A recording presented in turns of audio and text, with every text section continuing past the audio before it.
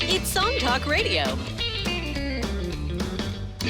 Welcome to Song Talk Radio, a show with songwriters talking to other songwriters about the craft of songwriting, most of the time. We share tips, tools, and techniques, and together we all become better at writing songs. I'm your host, Neil Modi, and with me, my co-host, Phil Emery. How are you doing, Phil? I am doing fine here in St. John's, Newfoundland. Awesome. Great to have you again. And please send your comments and questions to @Song Talk Radio on Twitter, Facebook, or Instagram, or feedback at songtalk.ca, and we'll share your thoughts on the show. And please visit songtalk.ca to see the show post for this episode and to find links to resources we mention. And for this episode particularly, you guys will want to be on the website because there's going to be lots and lots of links to stuff as we go along on today's show. And before we get to our special guests tonight, of course, our songwriting challenge for this 2023 year is going to be writing in a different mode that you're not used to writing in. And we're going to be talking about modes, and we're going to be doing a feature show where we dive deep on a couple of modes. And we're going to be, putting some resources on our website and stuff as we go along. So hopefully help everybody out there to participate in the challenge, as our listeners have done the last couple of years. And we really, really appreciate that. And we had a great time sharing your songs for the challenges past. And we hope to do it again this year. So, of course, this year is completely all about music theory, writing in a different mode. And a follow-up to last week's chat we had at the beginning of the show when I was saying my sustain pedal died for my keyboard. And yesterday I actually went out and bought a new sustain pedal. And sure enough, the old one was junk. So I tossed that one using my sustain pedal. And I thought I'd just spend a few minutes and try and come up with something in a different mode, just a chord pattern in a different mode. And I just picked F Mixolydian to work in, and Mixolydian mode is the same as a major mode, except there's a flat 7 in it. And the one thing I discovered with trying to come up with a chord pattern that's certainly in that mode is that normally, if you're in a major mode, you have a 5-1, and we all know, in F you'd have the C major to G major, a C major to F major as your cadence, as the most dominant chord pattern change to go back to your 1 chord normally at the end of a chord progression. Of course, in Mixolydian, that C major is now a C minor. So your 5 chord is not a major chord, it's a minor chord.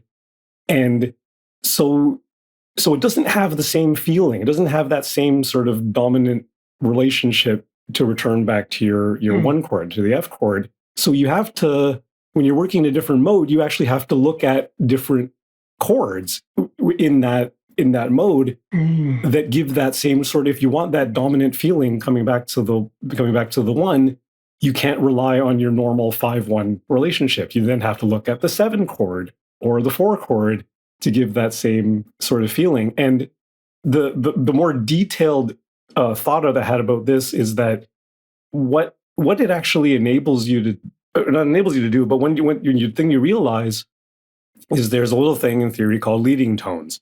Now, leading tones are semitones that lead you from one sort of feeling to the next feeling. So normally in a 5-1 major chord progression, you have a semitone feeling or semitone relationship. You have in the C chord, you have an E natural that goes to the F natural, and that's really what gives that chord relationship that dominant feeling, that very resolved feeling.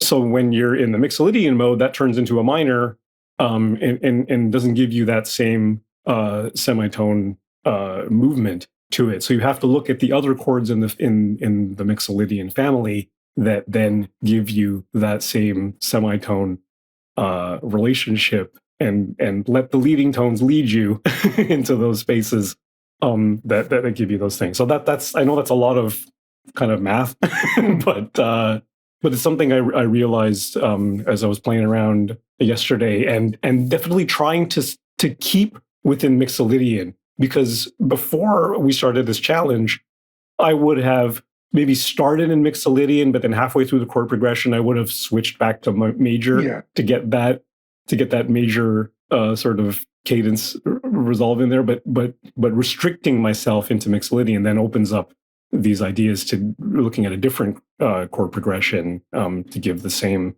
sort of feeling or make the things sound resolved if that's what I want. And so it just made me realize a couple things there. So the 5 is minor in Mixolydian. Yeah. So then you have to look at the 7 or the 4 to really give you the resolution you want. Because the 7 chord in Mixolydian is major. Oh, neat. Right. Normally in major it's diminished. You wouldn't look at the 7 chord, but in Mixolydian you can use that 7 chord, and that gives you the strongest resolution back to the. Oh, that's cool. Diminished chords are weird. I know they are. Augmented and diminished ones are always a bit strange, and I know so many people just kind of ignore them. It's like, let's not pay attention to them anymore. Yeah. But I think the point is you can't rely on your typical movements. Right. When you're playing in a different mode, you have to look at all the relationships between all the chords and sort of figure out what works best for what you're trying to achieve emotionally. I think trying to stick within one mode for a whole song will be the challenge, because as you say, lots of people go into one mode for a bit and then go back to the major because that's what they know how to do. To stick with the one mode will be a challenge, but I do think it will help you achieve what you want to achieve. Yeah, that's certainly going to be the challenge for me, because I do play around with modal interchange a lot in my songs, but to stick with one, And you discovered something interesting on the internet, Phil, about chords. Yes. There's lots of pictures of cats, in case no one's aware. So if you want to not know that. Yes, apparently it's a big thing now. So if you're looking for cats, the internet is the place to go. But if you've seen all the cats, I came across a website called mindfulharmony.app, .app. And it is like it's a web app, so it's an application that's actually on the internet, so you don't use it on a phone or a desktop or anything. Nothing to download. Which is fun, and it helps you explore the circle of fifths. It says helping you write unique and harmonically rich music, and it says become mindful of harmony. Use the circle of fifths as a basis for your compositions. Make deliberate, powerful modulations. Easily find available chords in a given scale. And experiment with harmony and expand your musical vocabulary. So that's a mindful harmony.app. Do a Google search or, come to the show notes and they'll be on there. It's the first version, and so it's not the most user-friendly. It'll definitely take you some time to play around with it and to experiment. But it looks quite neat. It's kind of fun, and definitely has some nice depth. You can choose what kind of mode you want to go. Harmonic minor or Ionian or what have you. And it's a really interesting little application. So it's at mindfulharmony.app. Yeah. We'd be really curious to hear from our listeners if you check out the link and try it out. Let us know what kind of stuff you can do with it and how you find it, if it's useful to you, or if it's just a fun thing to play around. And it may very well be a good way to get into this modes challenge, because they do have all the modes available on that app. So, and it's first version, and so it's free. But he does have a little buy me a coffee link, so you can send him some cash. Cool. So quite neat. Yeah, good fun. All right. Okay, moving on to the main event. Tonight, we're happy to welcome the return of singer-songwriter Alex Worms. And tonight, she is joined by doctoral researcher Dana Swarbik. And singer-songwriter Alex Worms and doctoral researcher Dana Swarbik met while attending McMaster University in Hamilton, Ontario.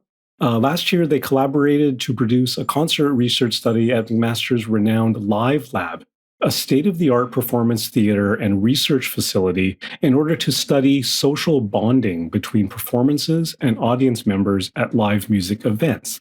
The concert study involved both in-person and live streaming audiences and specially designed set list and motion capture technology worn by the band and audience, and surveys were conducted throughout the concert to determine how audience participation activities planned throughout the set influenced a sense of connection between the audience and Alex's band.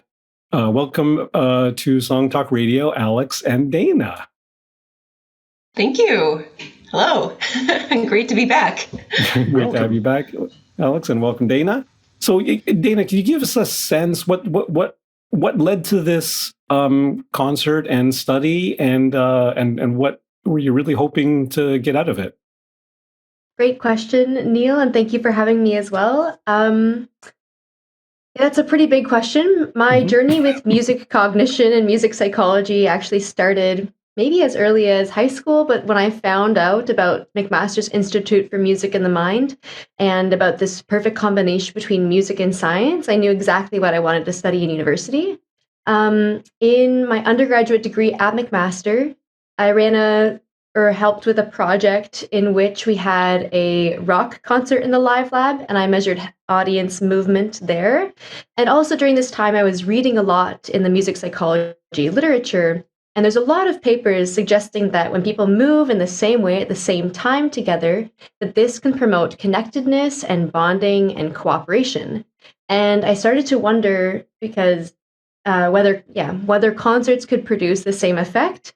Also, as a performer myself, I've often felt an extreme connection both to my audience, but also being in the audience and watching performers, and a connection to other audience members. And so I thought that the concert venue might actually also be a place in which this connectedness and bonding is happening. And that, along with further reading, gave me the idea to actually specifically manipulate audience participation. So with the concert with Alex did a phenomenal job of getting the audience to sing along and clap along during two of the songs at the concert, which were actually matched to two other songs where there was no participation. And this did indeed manipulate participants' engagement levels and their feelings of connectedness to other audience members as well as to the performer. So people did feel more engaged and more connected during these high participation songs than the low participation songs. Mm-hmm. And that kind of seems intuitively true. Like it's kind of obvious to anyone who's been on stage or anyone who's been in an audience for that matter, that when the performer introduces the song or does a sing-along or something like that, you feel more engaged in a sense. So what did you find out, beyond that? Great question. It is intuitive, I know, but it's something that had not yet been shown in science. So I do think that it is still very vital and important that we were able to measure this in such a naturalistic and realistic event. Even though something's known anecdotally, it doesn't necessarily mean that every experience causes this. So, for example, when we actually dig into the individual data of the songs, interestingly, it seems to actually be song 4, which was the song in which people sang along, that actually drove the effect as opposed to the clapping that happened in the final song, song 8. So there were differences actually even within the levels of high participation and low participation. And additionally, something that's new and that I'm really eager to dig into, but that I haven't looked at yet because of various competing interests, is that we also measured the audience and the performer movement.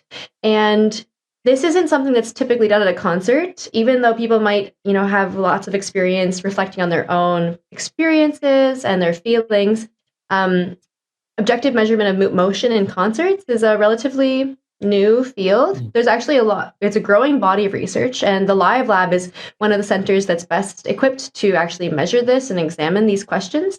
But what I really want to know is whether this motion has certain characteristics that then result in these enhanced feelings of engagement and connectedness.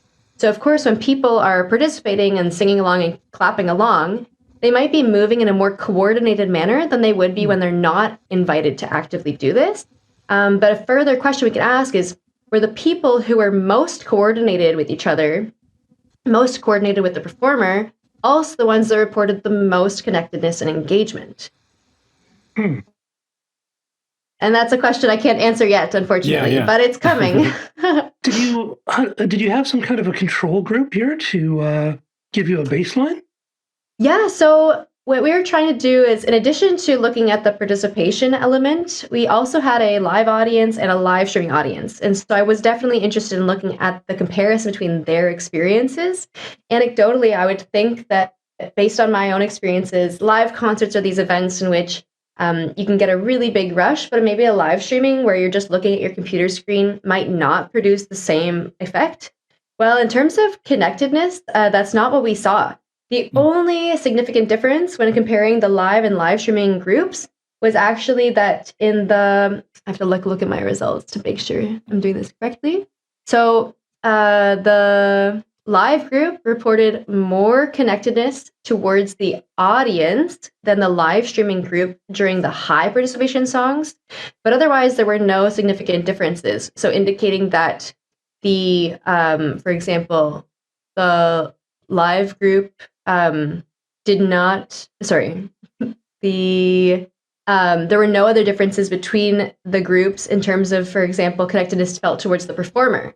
So even those people watching from home actually felt just as connected to the band as the people that were there in person, which is also a finding we actually had in another research project that took place a year and a half ago with the Danish String Quartet, which are a very prolific classical string quartet.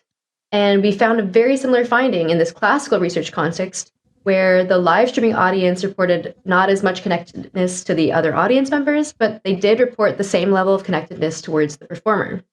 Now, that's quite interesting, but perhaps related to the fact that if you imagine yourself in a concert hall, if you're seated towards the back, you actually might not have that clear view of the performers. So even though you're there in person, that connectedness could still be broken. And when you're watching a live stream concert, you actually have a very clear view often of the performers.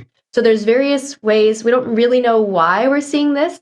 And it could be related to the field of vision. But it's certainly an interesting point that actually people can feel this same level of connectedness in a live stream concert. And especially during Corona times, this is actually very useful for people dealing with loneliness or other mental health concerns that live stream concerts could actually have and did help people to feel connectedness. Yeah, I certainly found that was true as an audience member over COVID, watching many live streams. Yeah, for sure.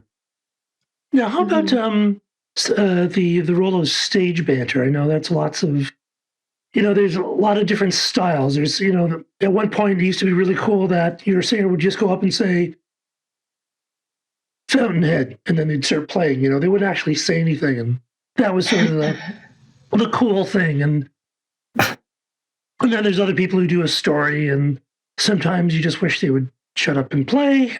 So where does stage banter sort of sit in all this? Because I think you did a bit of that, didn't you? Yeah, I mean, if I can interject, I'm sure Dana has found something, but I think when we were designing the set list to make sure that it adhered to Dana's research protocol, like I had so many questions, because I'm usually a talker. Like I'll have a couple of songs where I say nothing at certain points, but like I like to talk to audiences, and I was constantly asking, can I say something here? Can I say something here? And often the answer was, nope. I don't think I was allowed to say anything until after we had played 2 songs, which for me was very strange, felt very odd. But yeah, so that was a little bit of an interesting adjustment for me. But yeah, did you find anything about banter, Dana? Yeah, so we didn't specifically ask about the influence of the speaking or the banter, but what I did try to control for, which is what Alex just described, is that I didn't want Alex to say anything or to talk to the audience until after the audience filled the first survey. And that survey, well, they had a survey they filled before the concert, and then they filled a survey after every second song. And Alex was only allowed to speak to the audience after they had finished filling out the survey after song 2.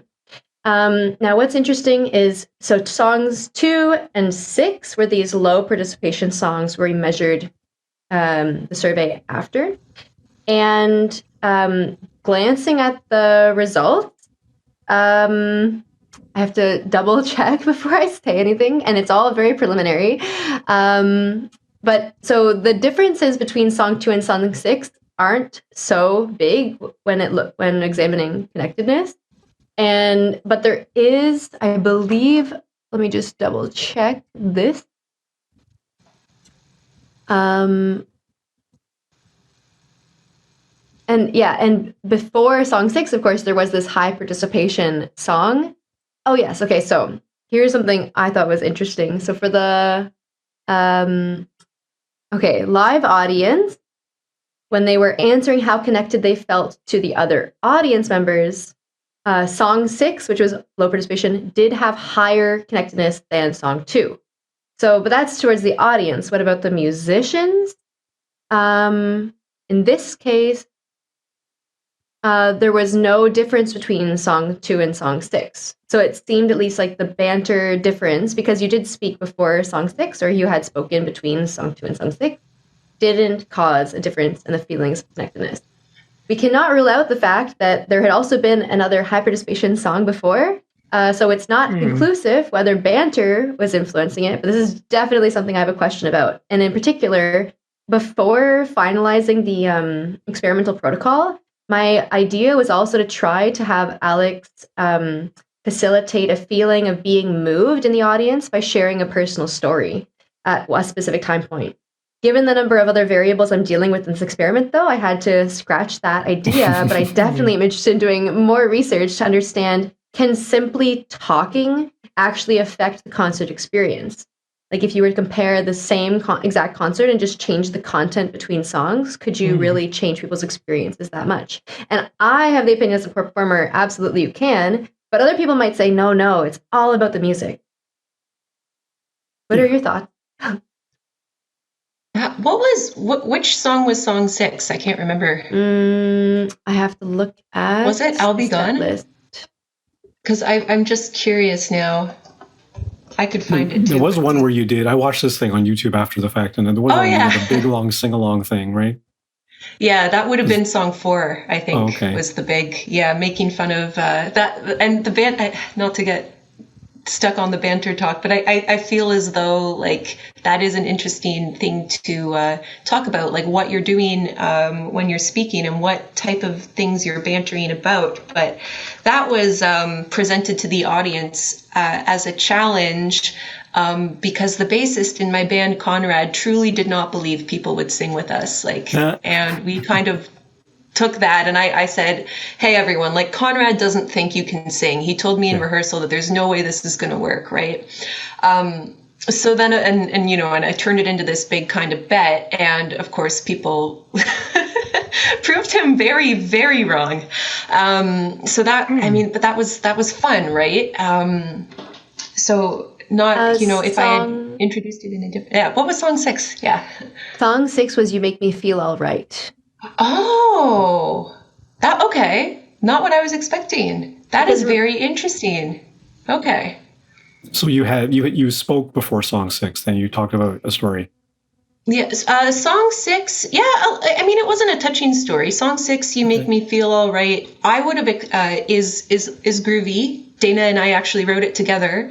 And I would have expected You Make Me Feel All Right to have, had a little bit more, to have been different than song 2 in terms of engagement. I would have expected it to be higher, but I guess the fact that there was no... I described it wasn't different in terms of connectedness to the performer. I have to look at my results again if I'm going to comment on engagement. Right. Is that something you also looked at, Dana? Was like the groovy factor? Like if there's a strong rhythmic, coolness factor to the performance, does the audience feel more connected to that as opposed to, a softer ballad that maybe doesn't have as much rhythmic content? Yeah, so we did ask people to report how much they wanted to move along to the songs. However, I've not looked at that yet, so that result is coming. Right. But what's interesting is, Alex, I think that the set list actually, all the slow ballads tended to be the songs we did not ask surveys after. And Right. the ones that were kind of more upbeat, because they were matched to the ones where we had this participation, they were the ones that we measured surveys after. And you can imagine being in a concert, and if you had to fill a survey after every single song, it might really disturb the experience. So we were trying to find some kind of balance between the experimental aspects and scientific probing of the experience and the actual concert experience. And that's why we don't have data on every song. And I'd love to, but I really think it could greatly disturb people's experiences. People had to, I think we timed, it was that they each had 3 minutes between songs to fill this out. So we tried to, again, limit that as well. How did you track people's movements? I mean, did you videotape them and then, put them through AI or something? Or so the LIVELab is a very unique research facility that is equipped with some state-of-the-art technology, including a high-resolution motion capture system. So motion capture is a type of technology in which there's many cameras around the room that are all aimed at the people. Every person was wearing a cap that had 4 markers attached to it. And these markers are tiny little reflective balls that have like thousands of little mirrors on them. And all of these cameras send out infrared light that is then reflected off of these balls and captured by those cameras. And if you have 3 cameras that capture the same reflective source, you can recalculate where that is in 3-dimensional space. And this is done at a very high sampling frequency. So the next step for me in this project is to actually go through and clean all of the data, and then to analyze the position and the speed and the acceleration of all of these little markers on all of the participants. We captured 69 participants had motion and 4 performers motion, because luckily all of the performers were also willing to wear headbands that had 2 markers on them as well. And we have that also not only for the live concert, but also the dress rehearsal. So we're also planning on actually looking at whether there were differences between the dress rehearsal motion and the live performance motion of the performers as well. So there's so many questions and so much data that I'm so excited to get into. But actually, I have 2 other projects I have to finish before my thesis is due March 13th. And this project actually is not going to be in the thesis because it's a little too tight timing. Oh, wow. But it will be published hopefully in the next 6 months. Here, when I watched the YouTube and I saw the little caps on all the audience members' heads and the performers too, I assumed that it was like some kind of electromagnetic brain activity scan. I didn't realize that there were mirrors for the motion capture thing, and I was like, "Oh, this is interesting." But the LIVELab actually is equipped also with something called EEG, or electroencephalography. But what happens is when you move with these caps, the EEG caps, they're wired, and you use gel to help allow the connectivity between the sensor and the scalp. And if you're moving during this, then actually you get a lot of artifacts or problems in the signal, because you can imagine like the signal that you're able to measure at the scalp of millions of billions of neurons firing is much smaller than the signal of motion that can also kind of destroy the signal. Yeah. So we did not do EEG for this study, but there are other studies that have done EEG in live concert contexts at the LIVELab and also in other places around the world. For example, at the Max Planck Institute in Germany as well. But maybe the next study I do, I can combine EEG. So I want to take a step back. To go to the 30,000 viewpoint here. What's the big so what here? Like what I kind of want to start with you, Alex. Like what does all of this stuff mean to you as a performer? Does it change the way you think about performance, or like what does it mean to you? Absolutely, yeah. So we want to feel as connected. We want that audience to connect with us, and we want to feel connected to the audience as much as possible. Like that is the factor. Like that's the golden ticket as a performer, right? You want your music and your show to be impactful, and to, like, I remember a coach once telling me, you have to go up there and change people's lives when you perform, right? Make them cry. So yeah, right. So.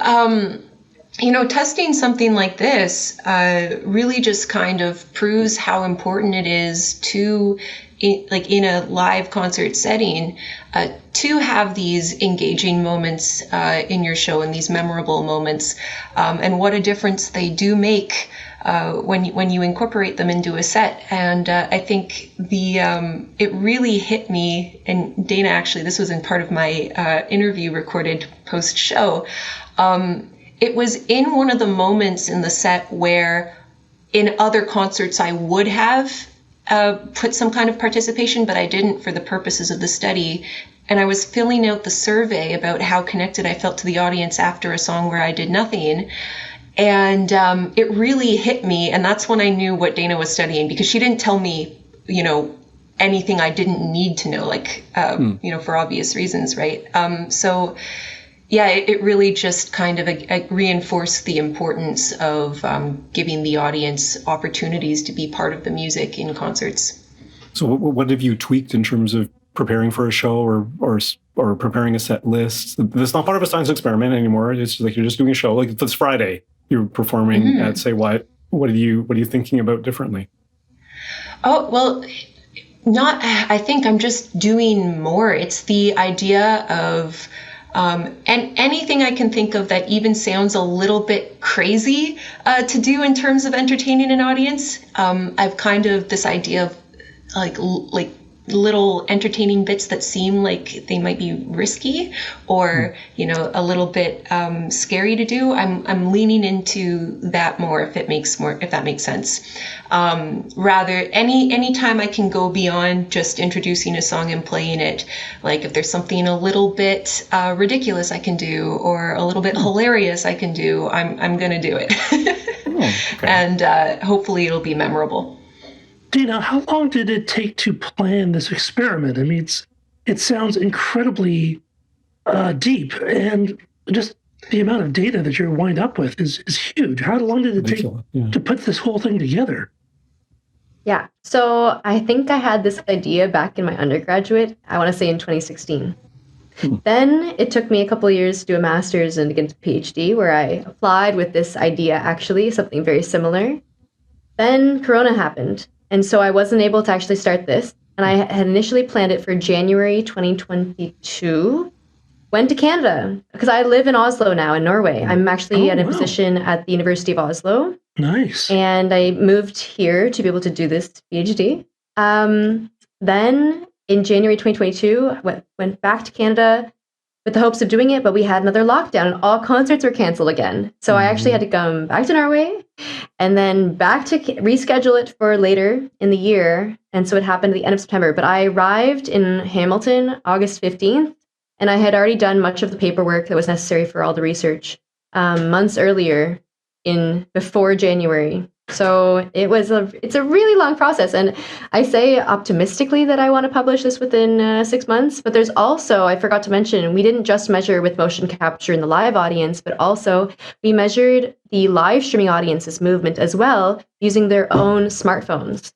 There's an app called the MusicLab app that I've worked with before in other research projects, which uses and leverages the inertial measurement unit sensors of people's phones or the accelerometer.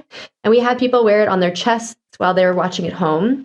So the idea is, and we also had the live audience, at least a subset, also measuring their chest motion. So we can compare this between the live and the live streaming audience.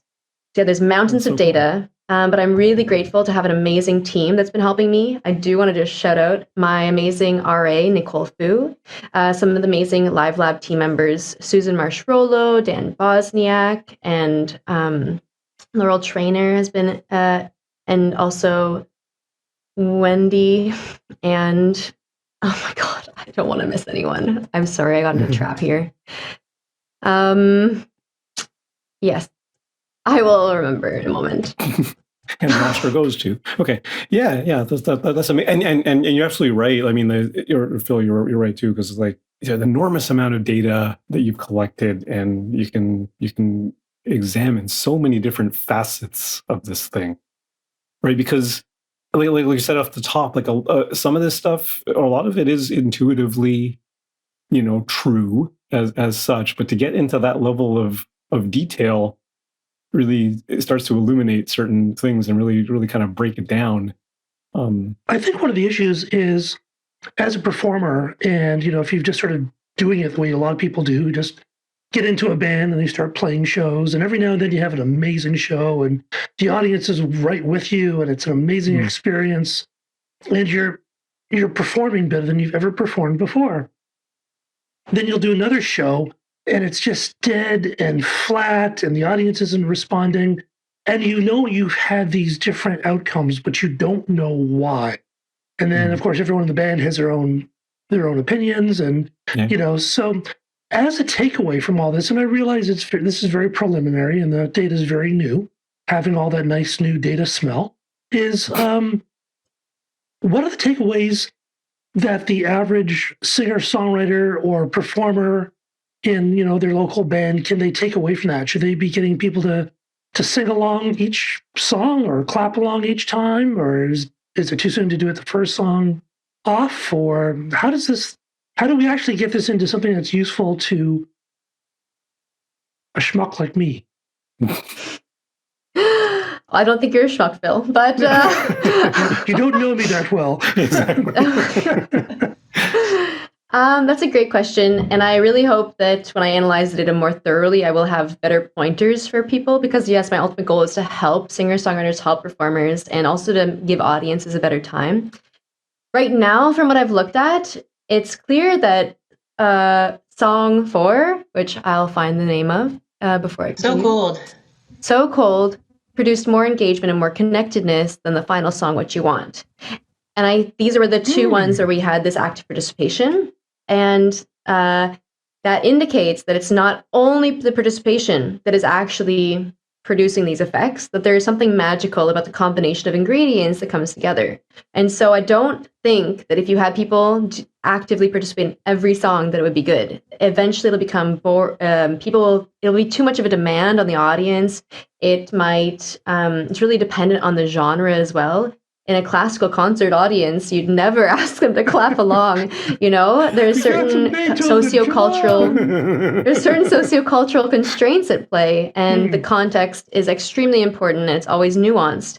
I don't know why we had less. I'm excited though to look at the enjoyment measure, because I think that there could be a trade-off between people really truly enjoying it, or maybe also there's a novelty effect. Maybe just that the fact that it was earlier in the night, they were less tired, maybe gave it that higher engagement. Watching the YouTube video can give you some hints, or you can come up with your own hypotheses. But the tools we have to measure are not perfect. On the one hand, you could do some qualitative research, and I could have interviewed 4 audience members and done the same amount of time into just extensive phenomenological interviews. But what I prefer to do is to try to understand something about many people at the same time. And surveys are an easy tool to just probe snippets of their experience based on some a priori hypotheses that I have. But I did want I had an answer to Neil's question earlier, and I wanted to share the bigger picture that I have in my head, if that's okay. Yeah, please. Because I agree with Alex about trying to, enhance performers' experiences, but I also see concerts as a really beautiful sample of a societal activity that includes people from all different walks of life and all different backgrounds that don't necessarily share anything in common other than a shared love of music or that type of music. Of course, there are certain things that they have in common, but I also like to imagine the concerts, for example, that are hosted by the city or the municipality that invite all the community members.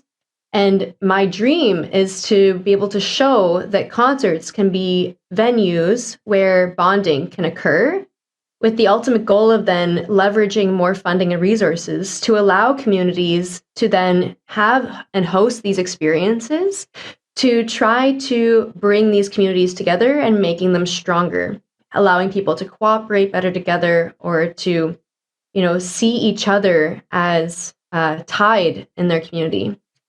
That's my ultimate big dream goal. Not necessarily something that can be done in a PhD, but I'm slowly chipping away and working towards that, because I think that in addition to music, there are various group activities like sport that are also extremely important for community building.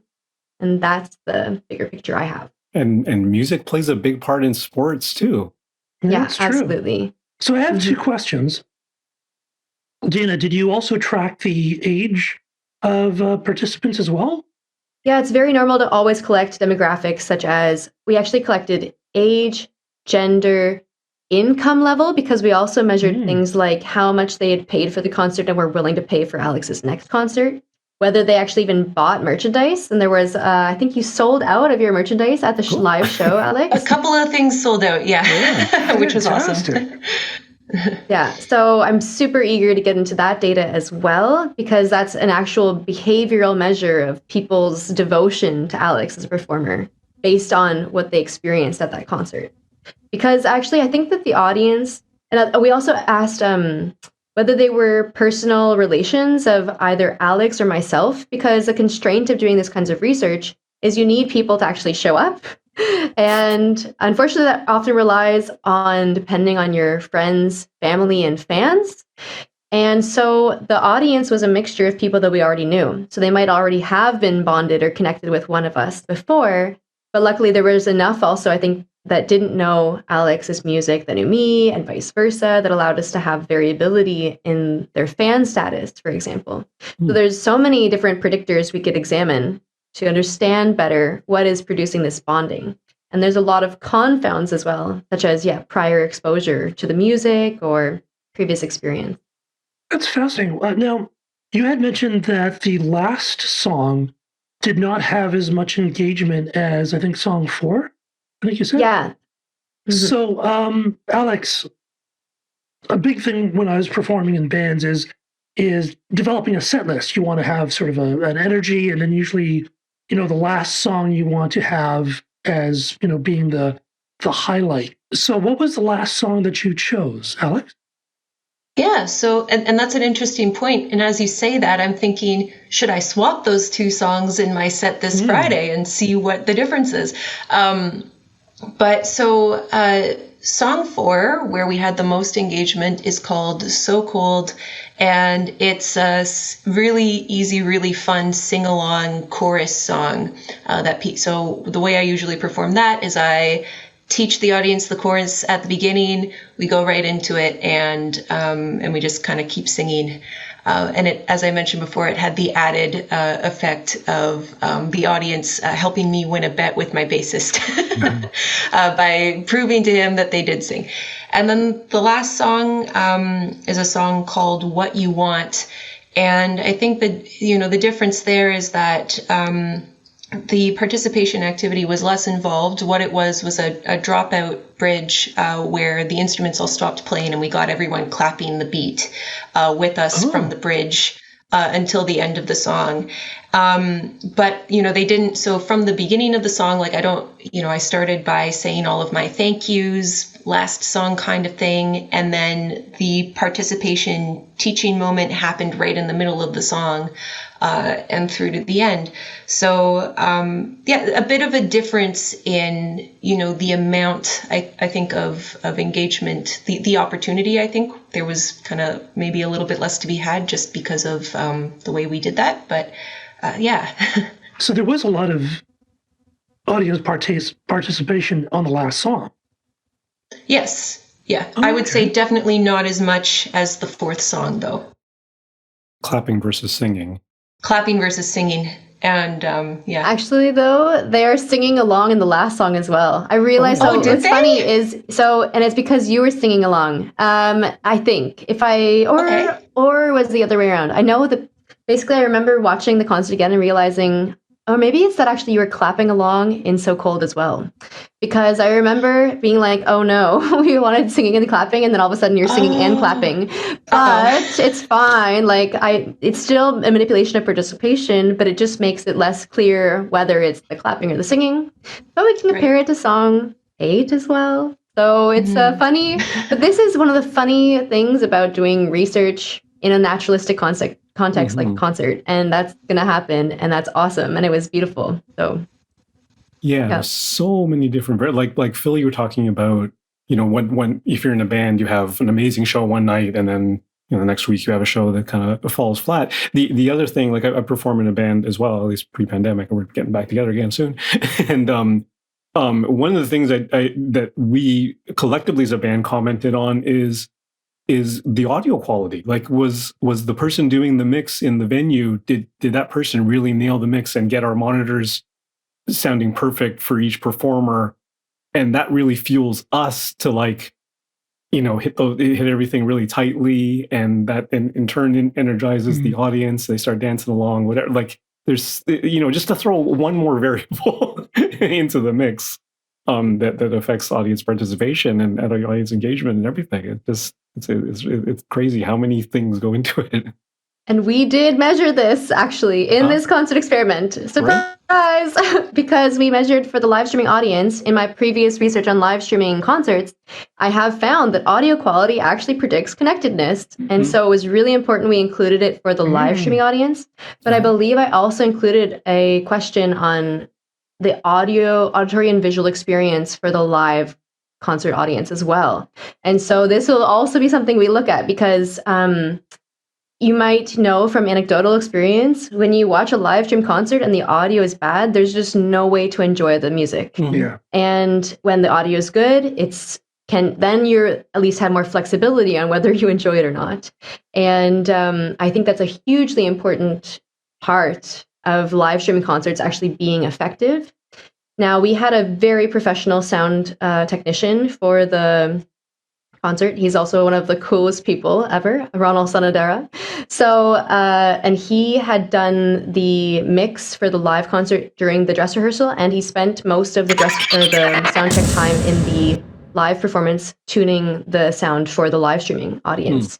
I know that the live streaming audience, at least personally, I found that the YouTube video is not as good as the sound in the live concert. And that's usually the case, because you don't have, like, he still added reverberation, he still added some room sound, but it just wasn't exactly the same. But it was still very high quality compared to some of the other live stream concerts out there. Sound volume. Here's some more variables like sound volume, because with some music, sound volume helps to enhance the experience. If it's too loud, it can be awful. If it's too quiet, it can sort of be weak. I went to a Motorhead and was looking forward to, being blasted away. And of course, the sound now is so much better. So the sound was just fine. It wasn't terribly loud, and I was a little disappointed because my ears weren't ringing. Motorhead, not loud. Okay. That's Motorhead. I mean, they're somebody messed up there. Yeah. So that would be yet another variable to throw into the mix. And that sound tech probably thought you were grateful for not having ears ringing. That's what I love in a sound tech, is when my ears don't ring after the concert. Oh my god! I go to rock shows. I go to rock shows now with earplugs in. Yeah. No questions asked. Oh, yeah. All the time. Yeah. All the time. Yeah, I'm definitely with you, Dana, on that one. Like hearing protection, everything. Just. Yeah. Interestingly enough, it's classical musicians who suffer the most hearing loss, more so than rock musicians, because that is interesting. It's apparently the contrast of sounds. Yeah, it goes from super quiet to super loud. Yeah. So it also depends on where in the orchestra you're seated. If you're in front of the trumpets, then you're screwed. That's true. But yeah, there's research showing the position in the orchestra also impacts the amount of hearing loss, or the side of the ear as well, based on whether you're playing only on one side. So a violin, for example, only gets on one side of the head. Oh, wow. Yeah. Pretty deep, this stuff. Yeah. Wow. So, Dana, if people are interested and they want to maybe even get involved or support you or do whatever they do with PhD students these days, how would they go about that? Yeah, great question. You can connect with me on social media. Twitter is where I put my academic work. So I'm at Dana Swerbrick on Twitter. And that's the best place to find it. Or you can Google me and find my University of Oslo webpage. And up there, you'll find my email as well if you're interested. I believe, yes, so we will hope to publish this, and I'll promote this certainly on my Twitter within the next 6 months. And if they have any ideas, though, they're welcome to also reach out. Would you do a book? Would I do a book? I will be publishing a thesis that will not include this. A thesis is basically a book. It's going to have all of the research I've done in my PhD, which includes a experiment on Corona concerts, on live stream concerts, on using the MusicLab app and the smartphone to measure motion at concerts. Also, a paper that I'm so close to finishing that's co-authored with a colleague, where we've looked at musical absorption in a classical concert and how that relates also to affective outcomes like feeling moved and feeling awe. And finally, the final paper, which is still in the works, but will focus on the connectedness that is felt at a classical concert. Fascinating. That's going to be fascinating stuff. A lot to. Yes, I am writing a book. I'm in the process. It's due March 13th. So after that, you can find it online, I'm sure. And it would be amazing if you read it, to be honest, because I don't expect anyone to read it other than my committee. You might have a lot of people reading this stuff, especially, musicians are always focused on these kinds of things. Yeah, for sure. Yeah, you get the Coles Notes edition. Yeah. And I guess if people want to find out my music, you can also find, I have a song on Spotify, and I have Facebook as well. My band is named Dana and the Monsters. Awesome. So, what kind of music? It's like alternative folk rock with jazz and blues influences, a little bit of everything. That's awesome. What was the biggest surprise from all this so far? I think I'm still surprised that live streaming audience enjoyed it so much, because I really expected that the live audience would say that they felt more engaged or more connected. But it could also be a constraint of the way we measure these things. So when people were reporting, they're either ticking a paper, like a line in a paper, or they're sliding a bar on their smartphone.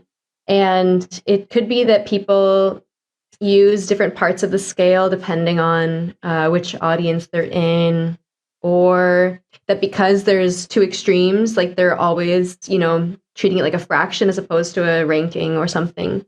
So that's the consideration for future work, I suppose. But I think it's also very promising, though, for the live streaming industry as a whole. Yeah, I'm sure there's going to be some live streaming companies who might be reaching out to you.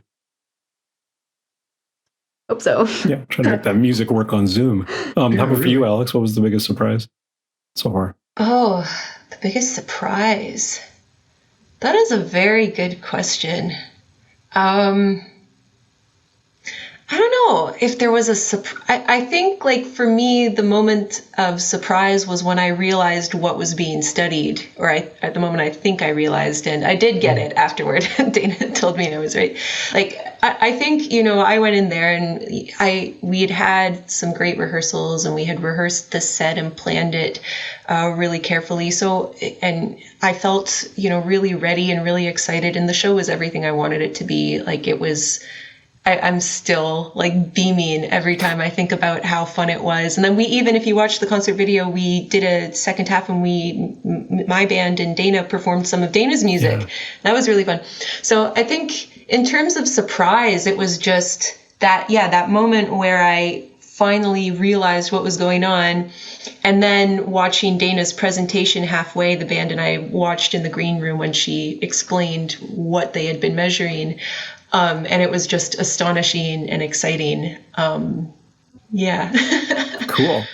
I want to add to that. I think my favorite part of the night was the interview with Alex after the show, when she, I asked, what do you think the experiment was about? And she just hit the nail on the head. And I was like, oh no, this is bad or good or it's amazing, because she knew, because it was at song 6. Basically, the performers were answering questionnaires as well after every second song. And then after she had done the clap along, sing along at song 4, in song 6, she was answering the survey, and she said, I feel way less connected now. What happened? And then she had the epiphany, which is amazing. That is so cool, that I think even if we didn't see anything in the audience, the fact that the performer feels this difference in connectedness based on the participation is also very meaningful and intuitive, but still really cool to measure and to be able to show. Oh, another thing that surprised me, that took me by surprise, I didn't they didn't tell us they were collecting data during the dress rehearsal. So they told us that after, and we were like, oh, okay. Just all the little things. And I think I don't know if this was deliberate, but I think I was misled a little bit to believe that you were specifically studying how the motion was affected by, so going into the concert, I thought it was going to be oh, the slow songs, do people move as much as they do in the fast songs? Because I think motion was in the title of the event, was it not? Yeah, You have to do these things so people, Well, I am still interested in motion, but I know that Emily Wood is going to be so happy that you just said that about the dress rehearsal live, because actually this was something that was kind of new, brought in by the fact that Emily and I got talking and really vibed, so... Emily Wood is another PhD candidate at McMaster, right? Yeah. Okay. Who was at the concert? Yeah. So they'll be. You want to guard against the placebo effect as well. Yeah, and there's that. So so much. Okay, and we'll certainly link to your Twitter, Dana, off the show post on songtalk.ca and your music as well, and of course, Alex, where can listeners find more about your music? We'll certainly post the YouTube of the concert so people know what to look at there. Yeah. People can, definitely go watch the concert because it was cool. You can check out my work at alexworms.com. That's WHORMS. And my music is available to be streamed on all streaming platforms, and I'm also on all social media platforms at alexworms.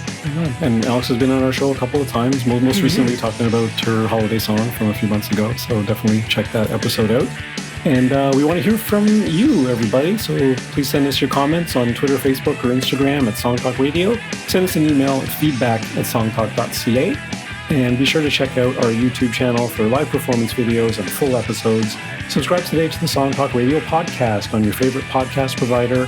And you can find links to all the products, books, and web services we mention on the show on our resources page on the website. And wherever you are in the world, please join us online via Zoom at our next monthly Song Talk meetup. It's free to join on meetup.com and free to attend the meetup, bring a song and a lyric sheet, and get constructive feedback from other songwriters. Stop by songtalk.ca for the link. You can follow me at neomodi.com. You can follow Phil. PhilEmery.ca. Perfect. And thanks for listening, everybody. And be sure to stop by the website, songtalk.ca, to browse past shows and find out how you can be a guest. Thanks for tuning in, everyone. Keep on writing, keep on researching, and keep on giving us oodles of data. Yes. We want the data.